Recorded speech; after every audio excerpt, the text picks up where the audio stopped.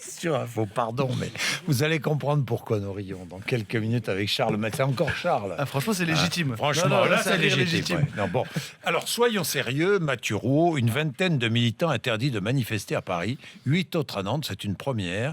Ils ont reçu un arrêté préfectoral qui leur interdit de participer au mouvement de contestation contre la loi travail. Mathieu, les préfets s'appuient sur l'article 5 de la loi sur l'état d'urgence. Oui, parce que dans le cadre de l'état d'urgence, les préfets ont maintenant le pouvoir d'interdire de manifester, de circuler ou de séjourner dans le département. Décision administrative qui peut concerner toute personne, je cite, qui cherche à entraver l'action des pouvoirs publics. Alors concrètement, à Paris, l'arrêté a été délivré en main propre à une vingtaine de militants de groupes antifascistes, de groupes anticapitalistes, et il est clairement spécifié qu'ils sont susceptibles de perturber ces rassemblements aujourd'hui dans la capitale. On leur a donc interdit l'accès à la manifestation des Invalides cet après-midi, à la nuit debout aussi ce soir, place de la République.